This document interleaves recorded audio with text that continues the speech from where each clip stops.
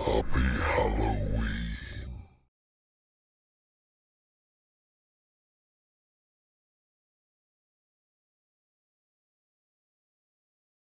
What's up, RoyalSpartan Tribe?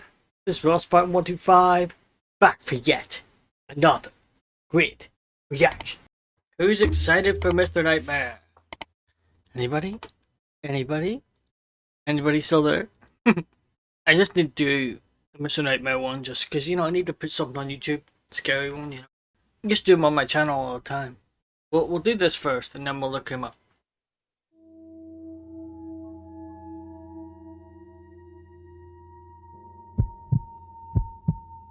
Oh, there's that heartbeat.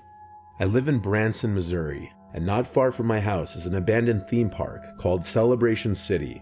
It's been abandoned for over a decade now, having closed in 2008. It was themed after America in the 20th century. It was opened in the afternoon into the evening, with each operating day closing out with a laser and fireworks display.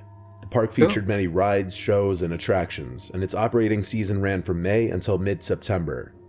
I had been there several times with my family as a kid, and when it closed down, we were all definitely saddened to hear. They tore down most, if not all, of the roller coasters before closing. But even still, to this day, most of the buildings still stand, and it's a little known fact that it's kind of a very cool place to explore now, low-key. My friend, who I'll call Calvin, was very on board with my idea of going to check it out. I asked him because he's a family friend, and our families had been to the park together in the past. We drove over and parked in the Steak and Shake parking lot across the street, since the parking lot to the theme park had obviously been closed off for a very long time. Okay. It was around 7 p.m. The sun was setting. We didn't want to go in broad daylight in fear of getting caught or running into other people. Are you telling me these fools went at night? There's bound to be like squatters in there and stuff. Like these buildings, I assume are still in pretty good condition. Which means there's going to be people living in them. I guarantee it. Nah.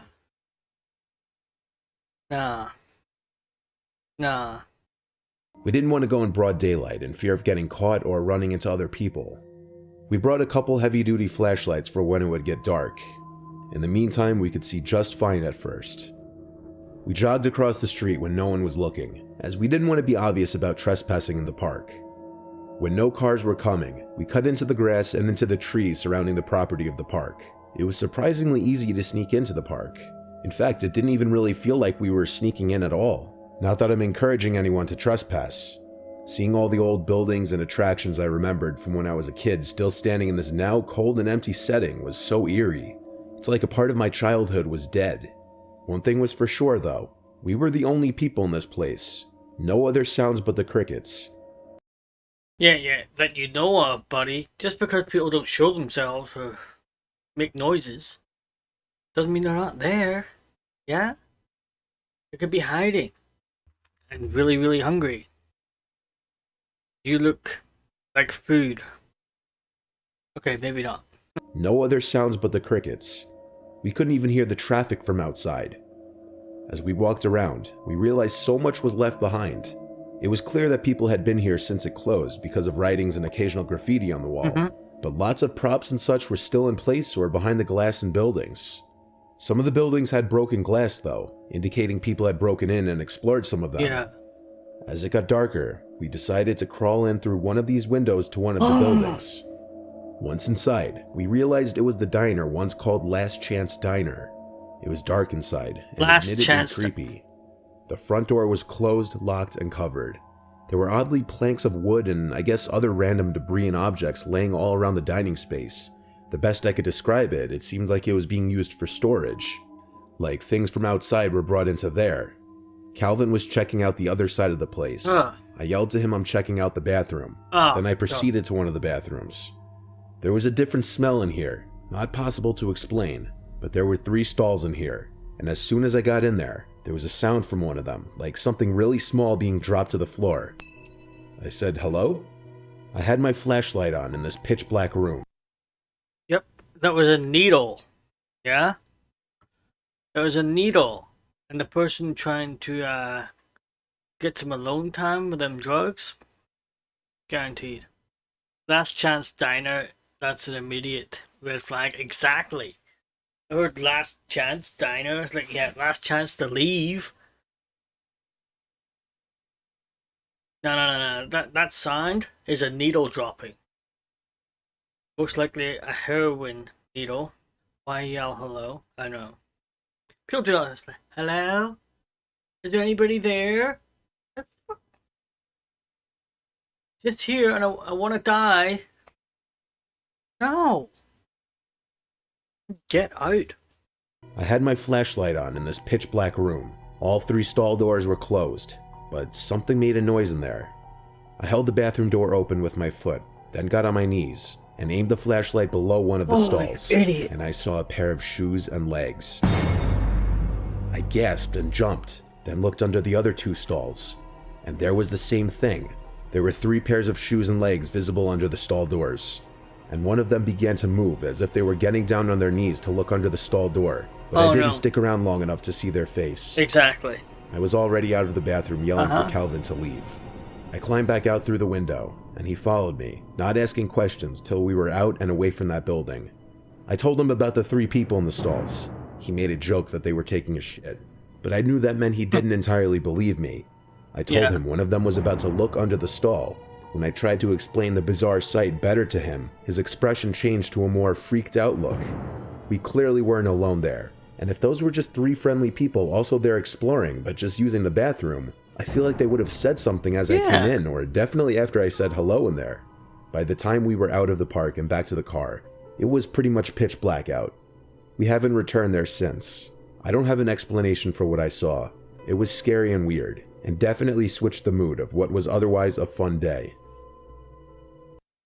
Yeah, I just want to say, no. I knew as soon as they said that somebody was, as soon as they went, there, oh, it's an abandoned park, and there's like buildings still there. It's like, no, somebody's going to be living in there. Guarantee it. Somebody's going to be living in there, or something. A serial killer or something. Maybe just homeless people, drug addicts, you name it.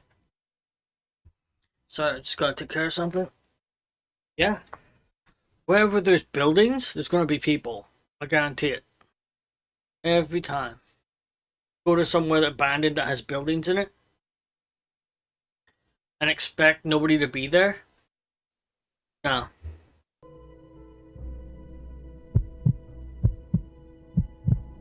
Okay. I'm a 30-year-old woman living alone in a mid to lower income area. There's some crime in my town, but I don't live in a ghetto. Still, sometimes I do feel a little uncomfortable. I don't know a lot of my neighbors too well, other than my next door neighbors, who are both nice. Okay, the houses across the street are a different story. I like knowing my neighbors because it makes me feel a little safer living alone. I'm a big scaredy cat, so my biggest fears of living alone came true when one night I was in bed trying to fall asleep. It was pretty late on a work night, past 11. I heard the leaves slightly crunching on the side of the house. Human or not, I couldn't tell. There are a lot of cats and raccoons walking around here at night. The following night, I was awoken to something outside my window, like a singular crack or tap. It must have been the window frame. It was October, so I still had the windows open for air. So I guess out of pure instincts, I said, "Who's there?" I didn't hear anything after that. I got up and lifted my blind, and no one was outside. 2 nights in a row of this, I was starting to think I was getting paranoid over the smallest things, like regular house noises. So I tried to fall back asleep, but that same night, I woke up again. This time to some scratching or scraping sound from the backyard. I heard it through the window. I got up from my bed and went out to the little living space by the back door. I heard the clicking louder now. It was right outside the sliding door. I turned on the light in the living space, and then the sound stopped. I went over to the sliding door, which is covered by a sliding curtain. I was so scared to pull it, expecting to see someone. You hear noises like that outside your house? You put up a camera on the outside, yeah? Like one of those night vision ones? I mean, that's what I would do. Not one with a light on it, Just one that you can see what the hell's happening. I get it though. He thought it was animals or something, you know. So that's why he didn't bother. I was so scared to pull it, expecting to see someone, but when I yanked it open like a band-aid, no one was there. I flicked on the backyard light and slid open the door. I was relieved to see no one out there, including raccoons or some other pests. I listened to the crickets for a minute, then heard something in my tiny yard. Something rustling in the bush. I looked at the bushes. They're too thick to really see anything. Shut the door. They're definitely a good place for someone to hide. Yeah. If that sound wasn't a raccoon or possum, No. I didn't want to know what it was. I went back inside. I made sure everything was locked. I went back to my room and even locked my bedroom door. What? After about 10 minutes of laying in my bed, there was a knock at my front door this time. I was starting to freak out now.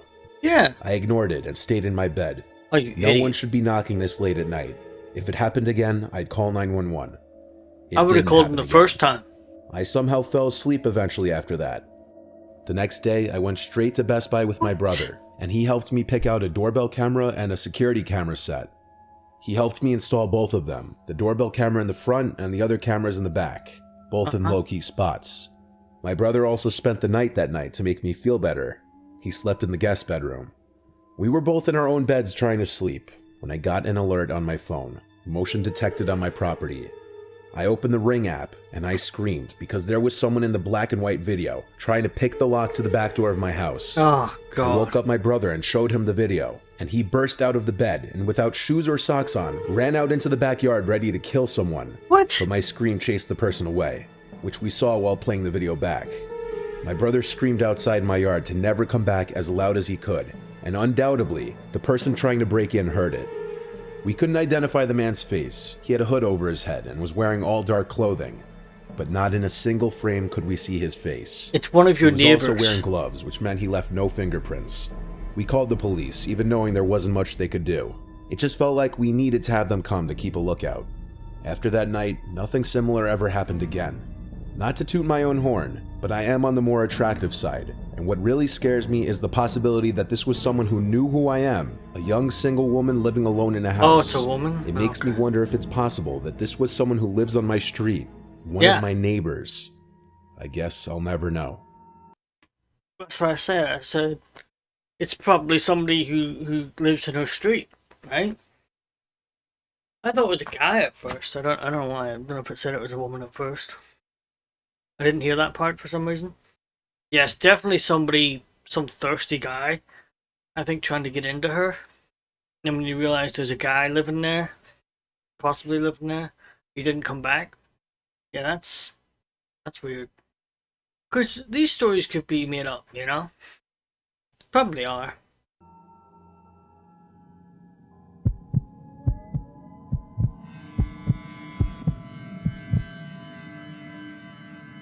When my mom and dad divorced, my mom got 2 of the 5 houses that my dad owned. Whoa. My dad owns a very successful real estate company, so we have or had places basically everywhere.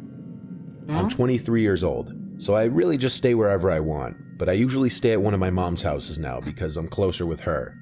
This was one of the many weeks that my mom was at our beach house, and I was alone at the main house. I'm used to having the house to myself more often than not. The setup in the main house is a kitchen, living room, and 2 bedrooms upstairs, and then the same thing on the first floor, and then a basement. My bedroom is in the upstairs. Can you imagine that though? Having your pick of 5 houses to go to? That's insane. Can't even imagine that. That's crazy. Sorry, just had to say that. My bedroom is in the upstairs. I mainly use the kitchen and living room up there too, while my mom uses the downstairs for herself. It's a nice setup. The house has 3 entrances, a front, back, and a side entrance. The side entrance leads out to where all the garbage cans and such are. I usually go out that door when taking out the trash. Anyway, the story really begins when I started noticing a lot of my clothes were missing.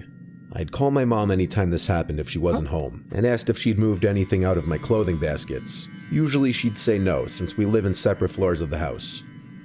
But even this couple of weeks that I was home alone, an extended period of time, I was noticing some of my favorite shirts were missing.